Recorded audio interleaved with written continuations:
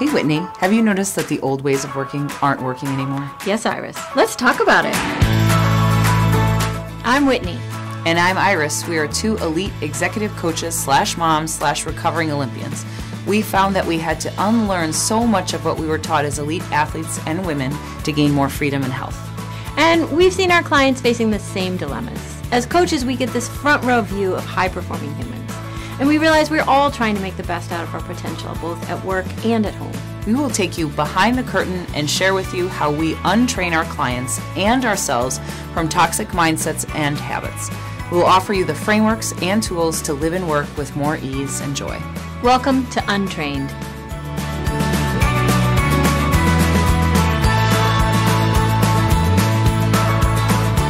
Hey, Whitney.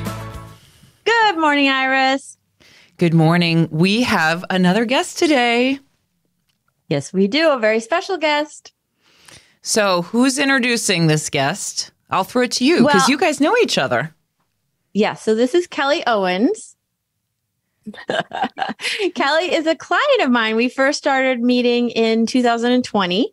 And we took a break when she took a break from the corporate world, very intentional break. And we reconnected recently, and listening to her story of how she navigated her time off just made me want to stand up and applause. It's sort of like when you go to a performance and you just think that was beautifully executed and you have so much respect for it. So we cleared the decks of what we had planned to talk about today, and we've invited Kelly on. It's her last day of her break, and we're delighted to share this time with her. And I'm going to let you say a little bit about who you are as a corporate female and why you decided to say yes today.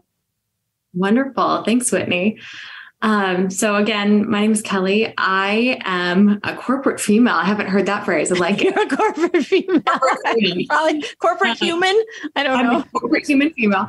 I come from the tech space. I spent the last 8 years in technology and ad tech in a ton of different roles, but most recently leading up revenue driving teams. So sales and account management, teams of about 30 to 50 people, few hundred million under management. And I'm here today because I spent the last 5 months just stepping back from the working world, taking a break, figuring out what was next, and learned a lot through that process. So when Whitney invited me to come speak today on the very last day of my break, tomorrow I return to being the productive citizen, and we can talk about what that means. It just felt like a really nice capstone on the last one.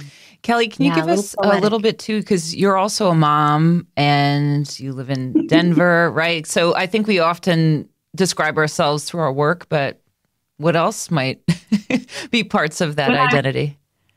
Yeah, I've gotten really good at understanding that actually in the last 5 months. So when I'm not working, recently, I am a wife. I am a mom of a 6-year-old who just stepped out the door to kindergarten.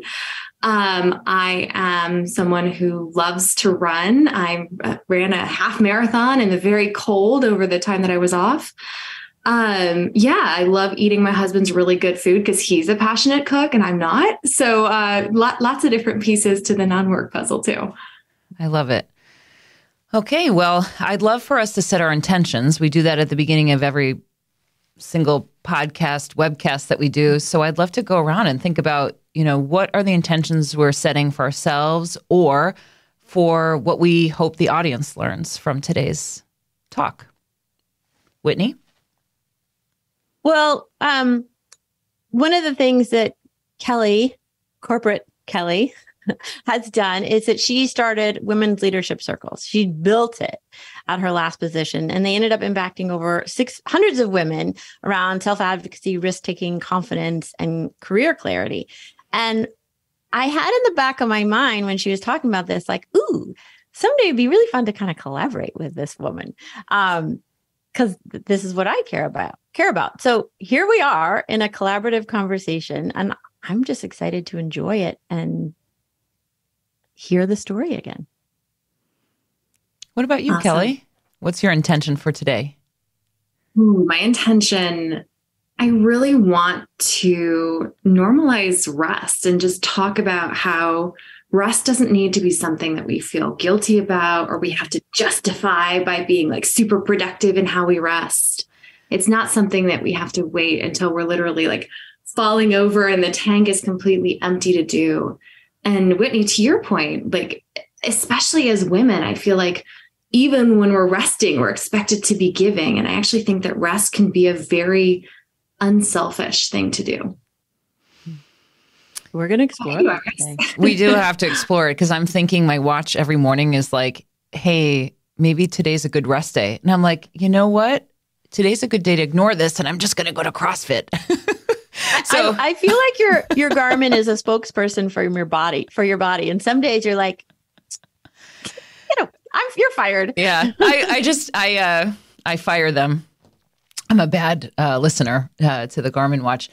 So I think for today, and I said this to you guys in the pre-show piece, is we're trying to weave in the last episodes we've done. And last time we talked with super uber successful Olympian Caryn Davies. And we talked about when you get off this treadmill of quote unquote achievement and success, when you reorient yourself to something other than like goals and achievement and external success, you get off that treadmill, the hedonic treadmill, and then you go, okay, so how do I get there? So the example I used was suddenly you go from using Google Maps and entering it into Google Maps to being like, now I have to go orienteering and figure it out. So I think it can be really feels unsafe, right? So rest can feel unsafe. Getting off the treadmill can feel unsafe. So I'd love to have some examples and tools from someone who has done some of that work and to show people you can actually get off the treadmill and it might actually be okay. So I'd love to have that story. More than okay. I'm a runner, so I feel like the treadmill metaphor here for me is really working. There we go. Yeah. So let's can we start with catalyst, right? Like where did this begin? Where did the journey sort of go, you know what? I think I'm going to just think about taking some time. Yeah. Couple things. One, I was lucky enough, and it's a weird way of phrasing it, to have about 4 months between my last job almost 9 years ago now and the most recent one. And it was life-changing to really sit back and think really intentionally about what do I want and where do I want to be and what are the filters I want to pass my next opportunity through. And I say it's lucky because I was laid off from the role before that. It wasn't something that I chose. It happened to me, but it was amazing. So that was one piece. And that really kind of set this goal that I had when I stayed at my next role for a really long time of like, oh, I want to do that again. I really want to step in with that level of intention. The second piece, Whitney, you might remember from back when you were my coach. I had this aha moment when it was like a really intense, busy period at work. And I just stepped out of like a ton of change management. And I was like, I just really want to go sit in the mountains for a weekend and just not talk to anyone. And Whitney, you said, so why don't you go do that? And it was literally like this, like a light bulb, the cartoon light bulb above my head. And luckily my husband said the same thing. He was like, you should definitely go do that. I went and spent 2 nights up in the mountains by myself. And it felt like this act of revolution. Like I remember checking in at the front desk and they were like, just you? And your family's like, are you okay? Is everything okay? Are you all right, honey? It was such a different thing to do, to just like unapologetically take 2 whole days to myself to go watch Great British Bake Off and read a book and do some journaling and think about how do I want to step into this next phase of my job, right? Mm-hmm. And I started doing that every 6 months. And it was something that became this like, ooh, I'm going to rebel and like actually be well rested. And I'm going to take time for myself. And it framed when I decided I was ready after 8 years to transition to the next thing. I was like, I have to do this. I have to approach that with this level of like prioritizing and normalizing rest too. How did you start? What was the first steps? I mean, tactically, how did you start to do that? Besides the mountain retreat, which I really like. So we got to do that. Note to self and Whitney, we're going. Yeah. Well, how did I start? I mean, I started with the conversations, right, with my family of like, what would this look like? And with myself of like trying to make it feel a little less scary to leave without the next thing locked in, right? Is it weird to say I started with a spreadsheet? a panic spreadsheet. I think so many people can probably relate. I literally was like, man, I'm scared to like step away from the corporate world and stop, like earning and like being productive and like, what would it really look like? And I saved actually for a couple of years so that I could do this. And so I had a spreadsheet that I would go look at whenever I was like, oh my God, I can't do this. And it was like, here's exactly how many months you could take off before this gets uncomfortable. And I would go and look at that spreadsheet and be like, oh, I'm fine. Like, it's okay. Like, I can do this. And then once I got really comfortable with that, I prepared to have the conversation with my boss to say, I'm going to step away from this role. Like, let's take a few months for me to transition out. I actually don't know what's next. I'm going to take some time off. And the day before I had that conversation, my basement flooded. And like the most expensive thing you can imagine, right? Like, it's like epic, water pouring in the windows. And I almost like canceled the conversation. I was like, I can't do this. I have to like take care of my house. And I had a conversation with my husband and I realized like, oh no, I want to do this enough that I'd rather like go step into the next phase of my career and take some time off, even if my basement's a hot mess. And so I still had the conversation. I took the leap, even though the risk felt like it had increased. So that was the first step. One of the things we talk about a lot here is our bodies, because they tend to be left out of the particularly corporate conversations. So when you decided to take that break, I know you'd saved, I know you had a spreadsheet that gave you permission, but what was your body telling you at that point? Well, before I left, it wasn't telling me anything because I wasn't really listening, right? Like you just get used to operating under a certain level of stress in the working world, right? After I left, it was so funny because I just thought it was normal. Like when I was in the process of leaving, that was very stressful. And like, figuring out what was next, it was like I wasn't eating gluten or dairy or eggs or sulfites because all of them were like making me sick. And just like, I was just kind of like a mess. And I didn't realize it until I left, and that cleared up within 2 weeks. Like within 2 weeks, like 90% of that was just gone. And I was like, oh, like this is what it feels like for my body to just be like normal, like not processing all this change and not like ready for some rest. Right.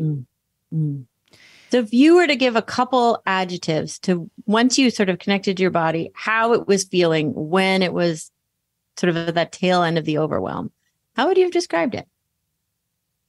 So when I was at the tail end of like kind of feeling overwhelmed or before you took your break. Yeah. I think like all of us, I was just sort of like grinding along, right? Like, and I take good care of myself. I work out a lot. I do take time for myself, but I think there's just this underlying threshold of like stress that we all have that has become really normal. And a little bit of burnout that's like in the recipe as well. And side note, I feel like anybody who says that they're not burnt out after living through the last 3 years on Earth is lying, like 100% lying. And so I think it just felt like, that just a little bit like tight and stressed and needing to just like pause and breathe for a minute, right? That we all have from time to time. I was going to say, I think for me, what's resonating through my clients too is you took an intentional break to think about the next step of your career, and we're going to work through that timeline. But I think people feel like, well, if I just step away, I'm going to fail. Or if they lose the position right now, a lot of clients are being let go in the tech space and in other spaces. So they're like, well, I feel like this is a real failure. And it was interesting because, yes, you felt panic, but you really felt, because you've done this once before, not intentionally, but you said, you know what, I think I'm going to take an intentional break to really be smart about the next move. So I wanted to just normalize that this happens for people. And it does, and people we work with and clients, they do take some time off. And it is nice to do that. And some people feel like, oh, I feel bad because I feel so privileged. I get to do this. But I do think that I'm hoping that as a coach, we move to a space where we can start to think about these things more intentionally or take some intentional time off between. And you're doing that. I'd love to transition to, after the catalyst and you're taking time off. I love to talk about like, what are the first few weeks of not logging in, right? And not untethering yourself. What did that feel like? Before we jump into that, I want to touch on what you just said of like normalizing rest and taking time off, because I think it's really important. We still have some distance to travel there.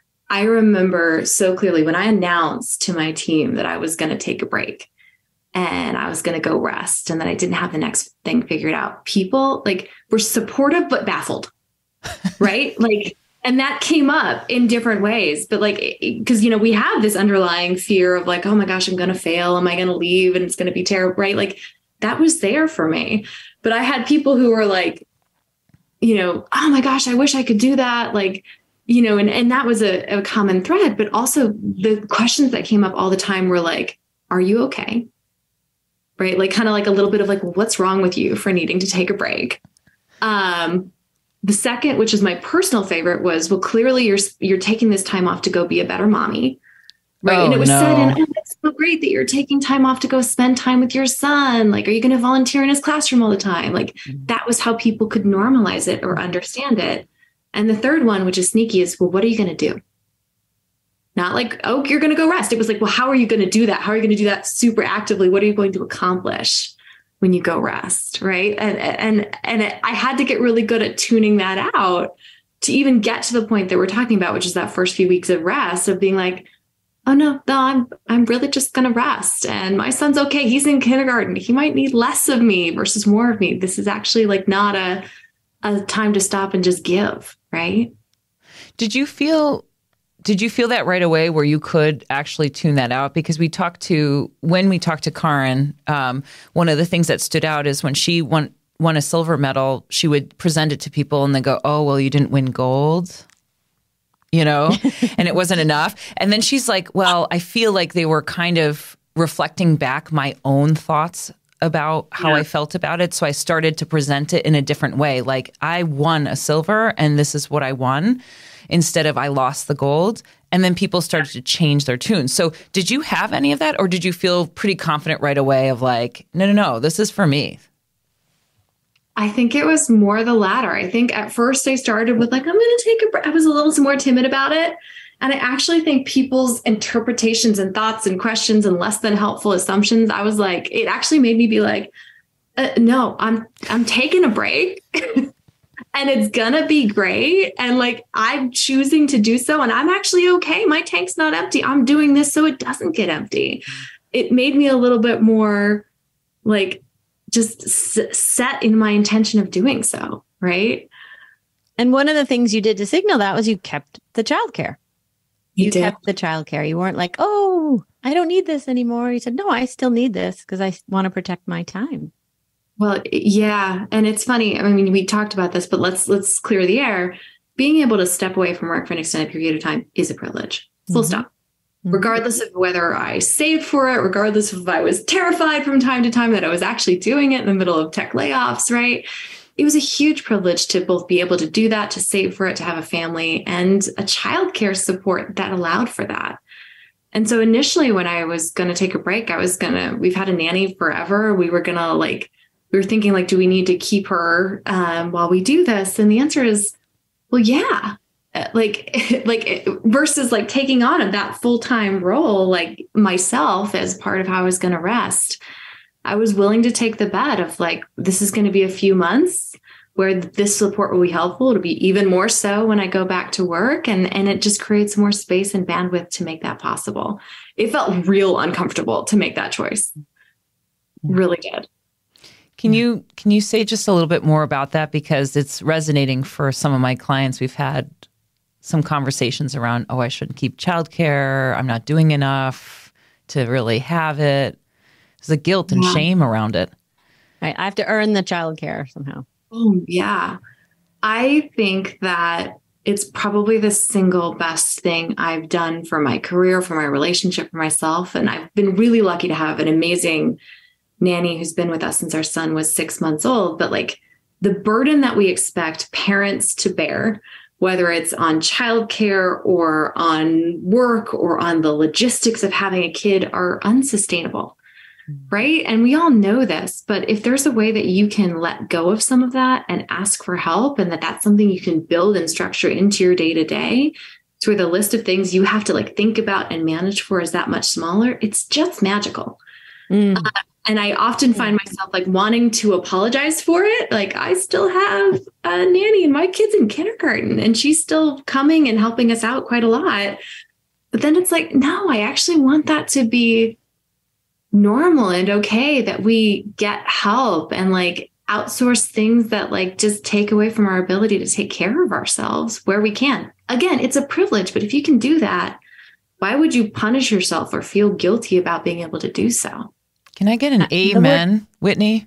I was going to say, I had an amen like bubbling up from me. So amen and magical. Those are the two words that were just in my mind. Magical. That's a powerful word. Can you say a tiny bit more about why you chose that word?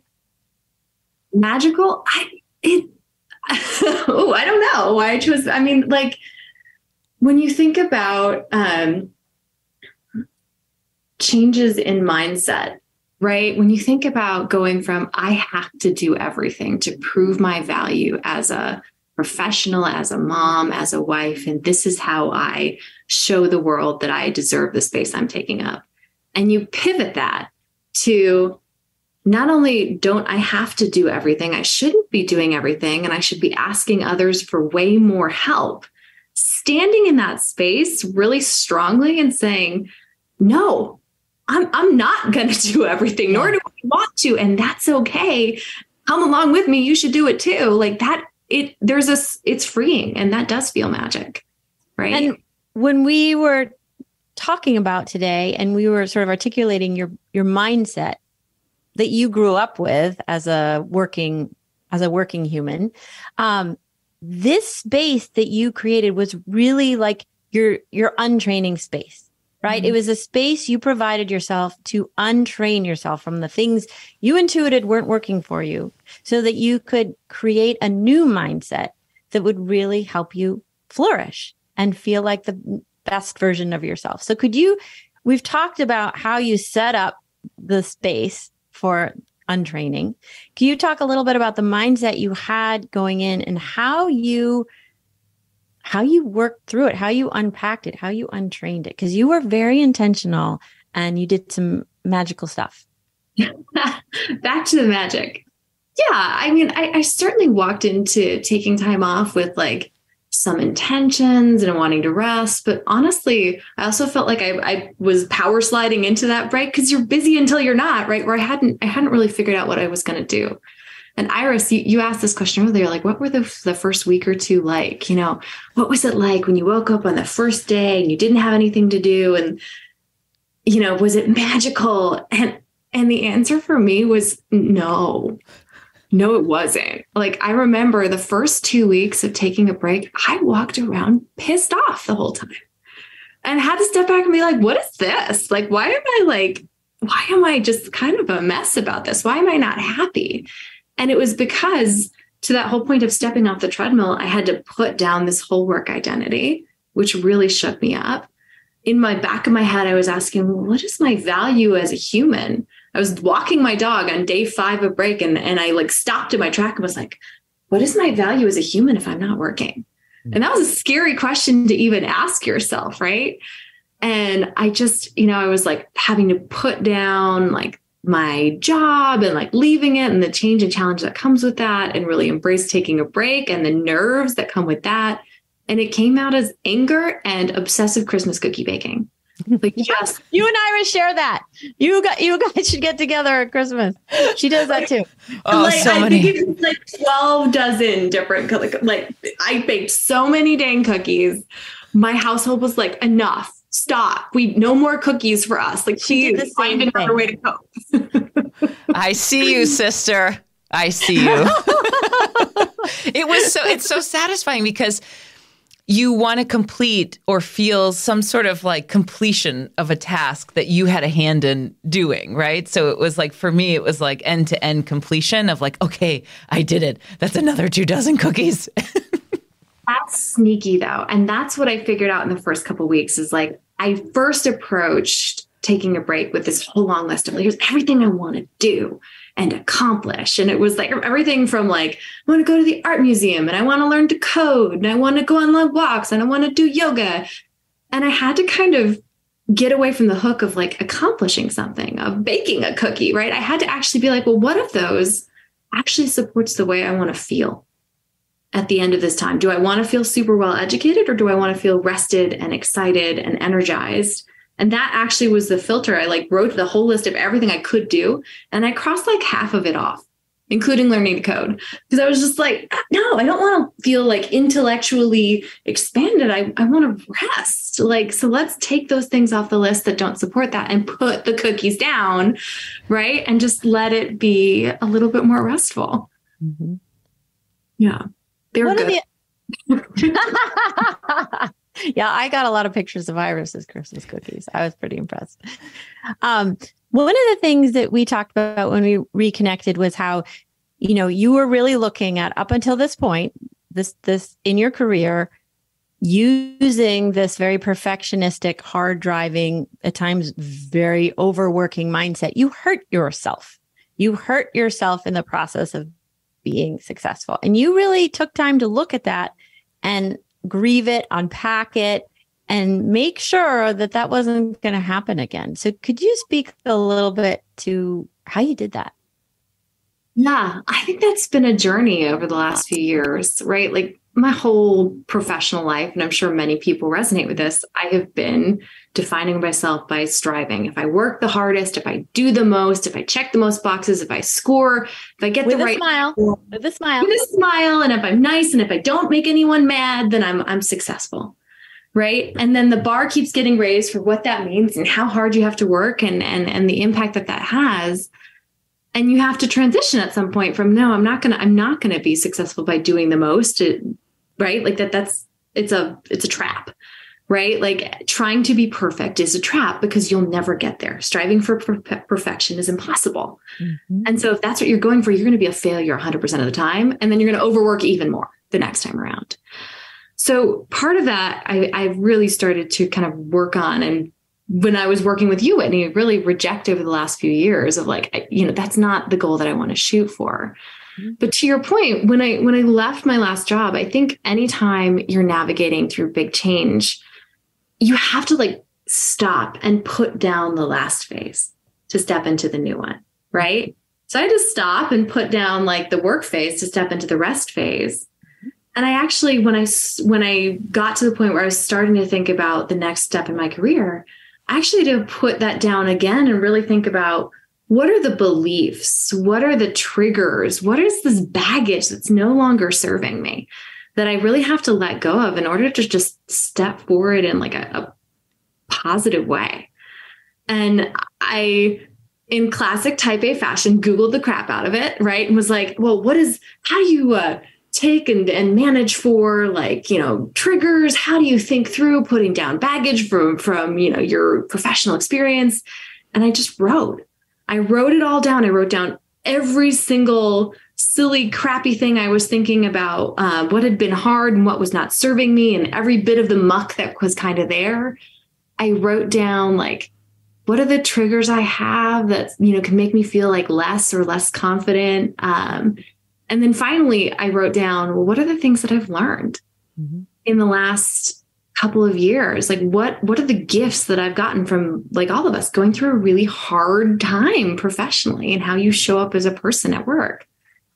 And naming those triggers actually was incredibly helpful. Like, what are the things that make me feel, whether it's like imposter syndrome or fear of failure, like we talked about earlier? What are those things? Like, I literally named them, and then I would go back and read it and say, oh, like once you like look at that monster under your bed and you pick it up and you kind of look at it in the light of day and you're like, oh, you're kind of cute. I see. Like, you're not as scary as I thought. And if I could like manage you, maybe I can handle more than I thought the next time around. It was like, it was really freeing to actually name those kind of embarrassing things and take them out and look at them and say, oh no, I know you now. I think I've got this.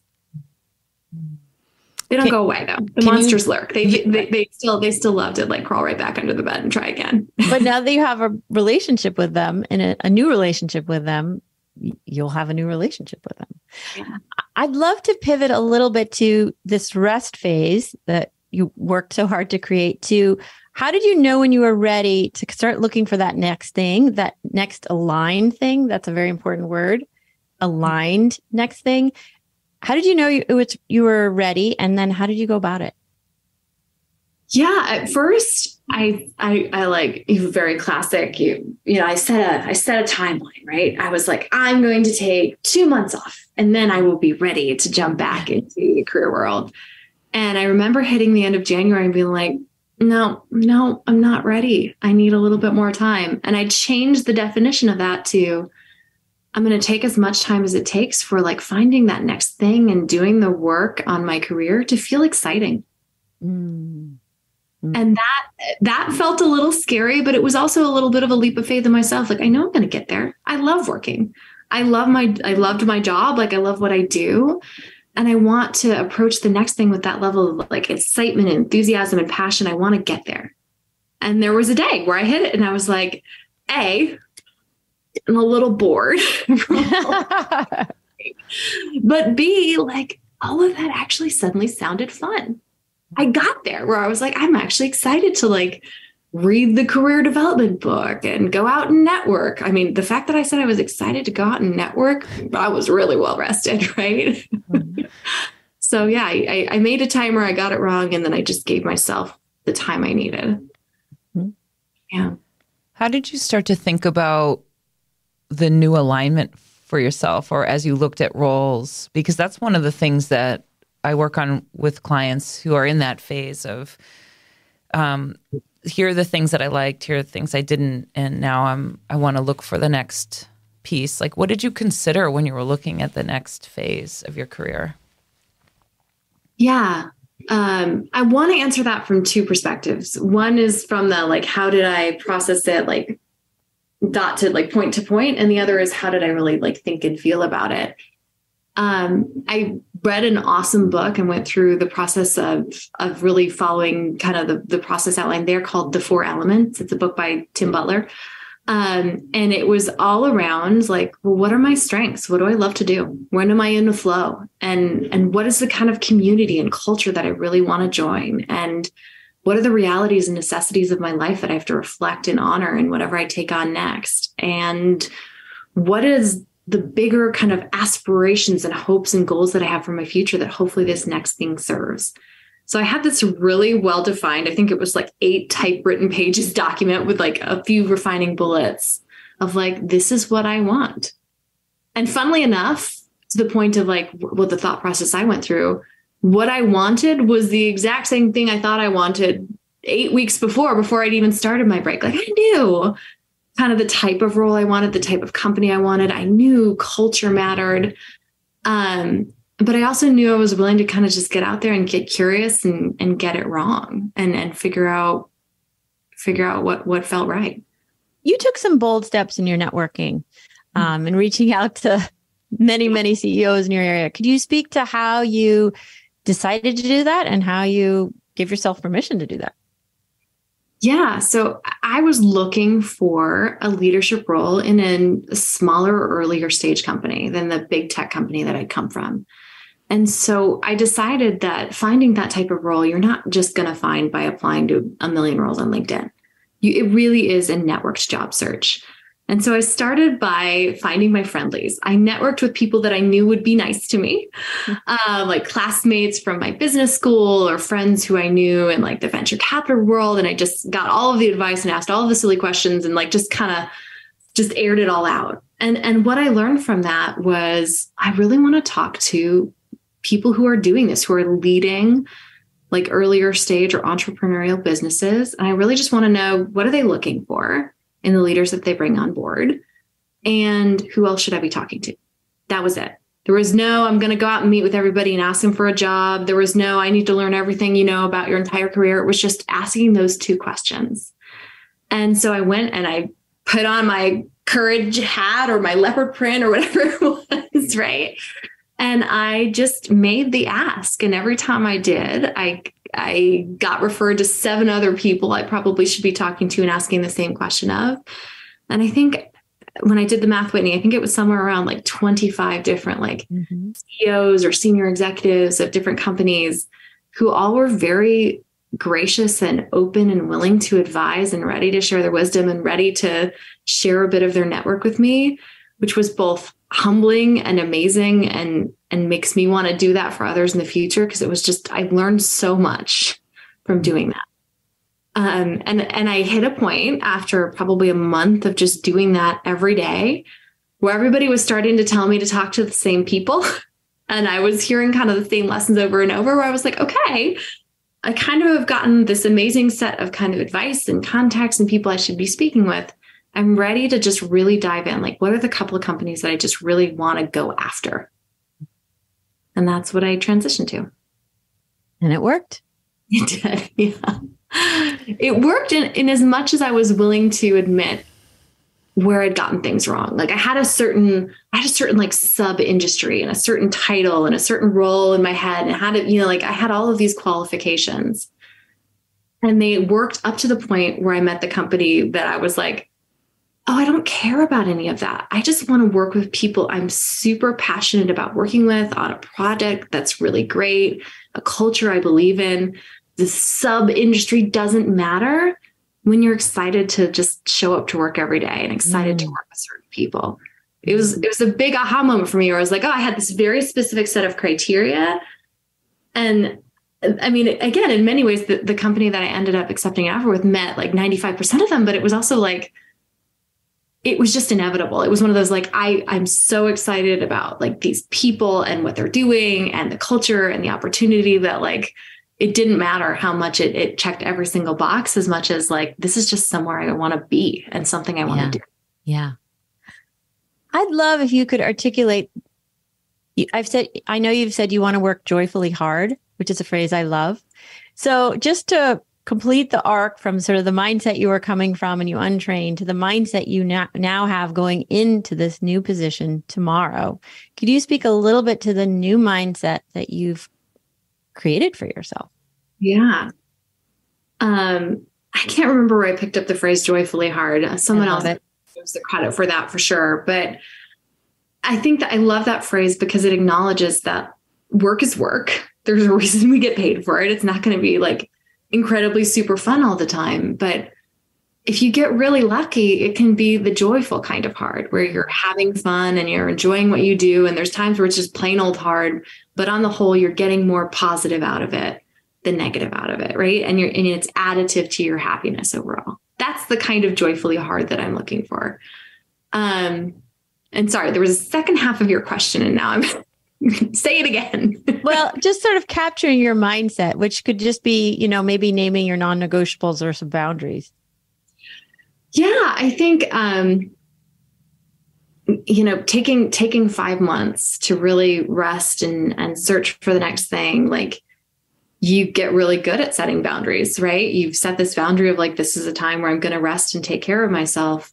And I think stepping into the next role, one, certainly you want it to bring and add joy and challenge and interest to your life. But I think it's also, well, what would it look like if I changed that transaction?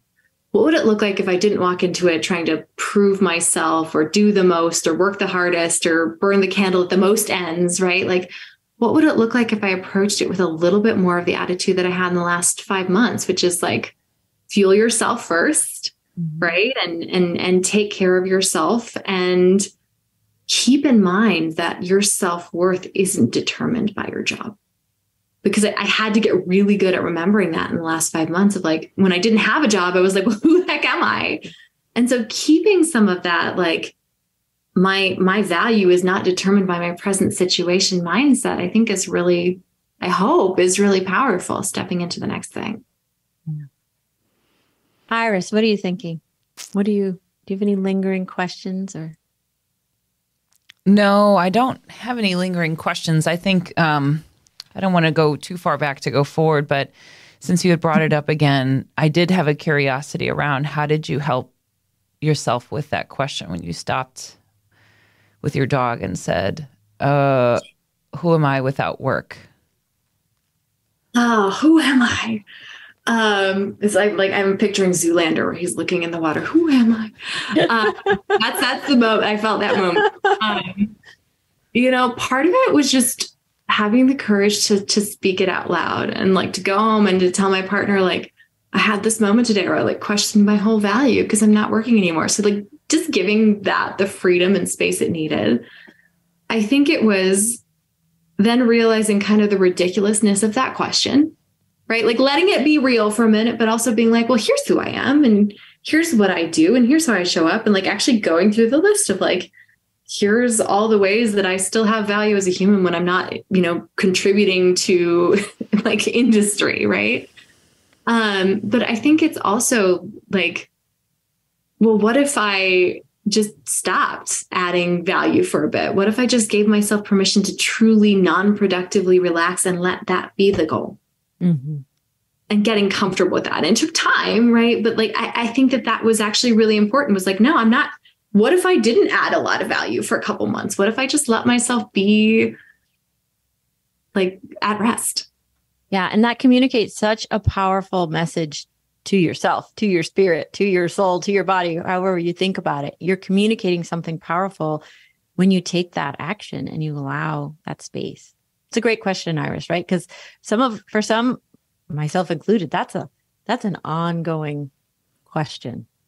I asked myself that question 17 more times over my break and had to re-answer it. It's not like it magically got put together. Right? No.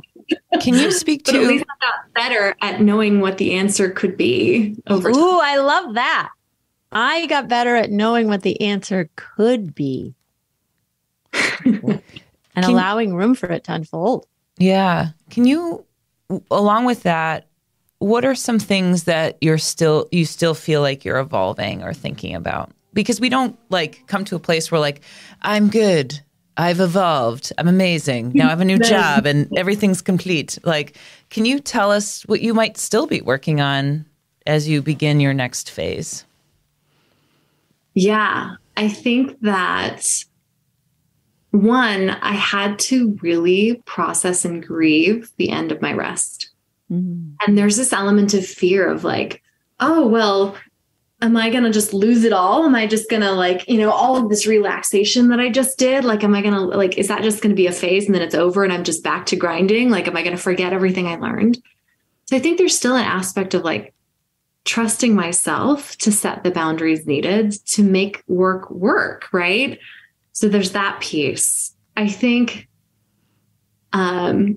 I also, when you're in a space of like kind of more relaxation and like not getting too high or too low, I think I'm so excited about my next role. But I told you, Whitney, last time we caught up, I was like, I don't want to let myself get too excited about the next thing. Like, what if it's not great? Like that little imposter syndrome monster was like cropping up on my shoulder and being like, what if this is all like a terrible mistake? And this next thing that looks great is actually going to be the point when you really figure out you're a failure. It's a trap, right? Like those voices are still there, right? And I still have to give those space, but then also be like, okay, I hear you, but like, what if I just approach this with a little bit of openness and vulnerability and let it be great and knew it would be hard and just trusted that I had the resources to do well, right?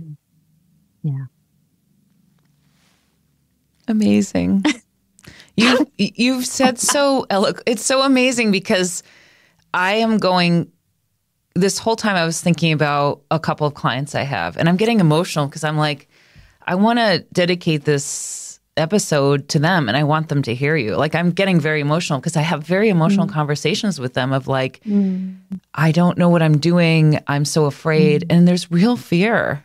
And I'm holding that space for them. That's what I'm feeling, right? And I want them to hear how someone has gone through this and still kind of working on themselves. And this is it, guys. Like, this is it. This is the work. And I want them to hear that. And you've eloquently put that together. And I so want to dedicate this to those people who feel burned out, to myself, who's felt that, who's still working. I'm still in the rest phase, much to my husband's chagrin.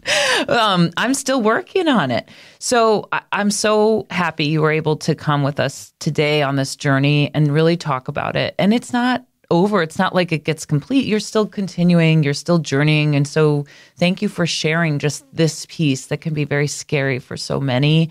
And just talking about your experience is going to be so resonant. So I really appreciate that. Absolutely. It's been a pleasure and really nice to just kind of have the chance to step out and say, like, it was life-changing for me and really valuable. And it also scared the crap out of me. And it took me a lot of fear to actually like take this step. But I hit that point of realizing this thing I think about all the time that scares the crap out of me, that's probably a sign I should go do that. I should probably take that bet. Like, I feel good about the outcome of the next chapter because I know the author pretty well. Right. And even though I get scared regularly, right, about like what's going to happen and where's it going to go, like, I think it's always a good idea to bet on yourself. Right. And that, as much as it's hard and you have to reconvince yourself of that all the time. We're going to clip that. It's always a good idea to bet on yourself. Sorry, Whitney. Yeah, no, I just wanted to. Well, first of all, we mentioned the leopard cheetah print. That was it was from the book Untamed. That was our code for sort of brave and like showing up fully. And I want to read a quote from the notes that you wrote preparing for today. This is something Kelly wrote. Rest isn't something we need to justify or apologize for. Why do we need to justify rest and self-care in terms of its economic or social benefit, especially as women? Being well rested is an unselfish and some would say revolutionary act. So I just want to make the connection between the best version of ourselves, rest, nourishment, and being brave. They're all connected. And thank you, Kelly, for inspiring us with your story and the integrity and connection to self with which you traveled those 5 months and your willingness to share it. I'm just so grateful. I'm so grateful. Absolutely. And Iris, tell your clients, if they're feeling really scared about it, don't just do it for yourself. Do it so that the next 5 people down make it like it feels less scary and it feels more normal to just go take a break and prioritize rest. Yeah. That's a very different mindset with which to approach it. So thank you for wrapping with that, Whitney. Yeah. So I feel like this is a good place to end. And what do we say at the end of every episode, Whitney? Keep untraining.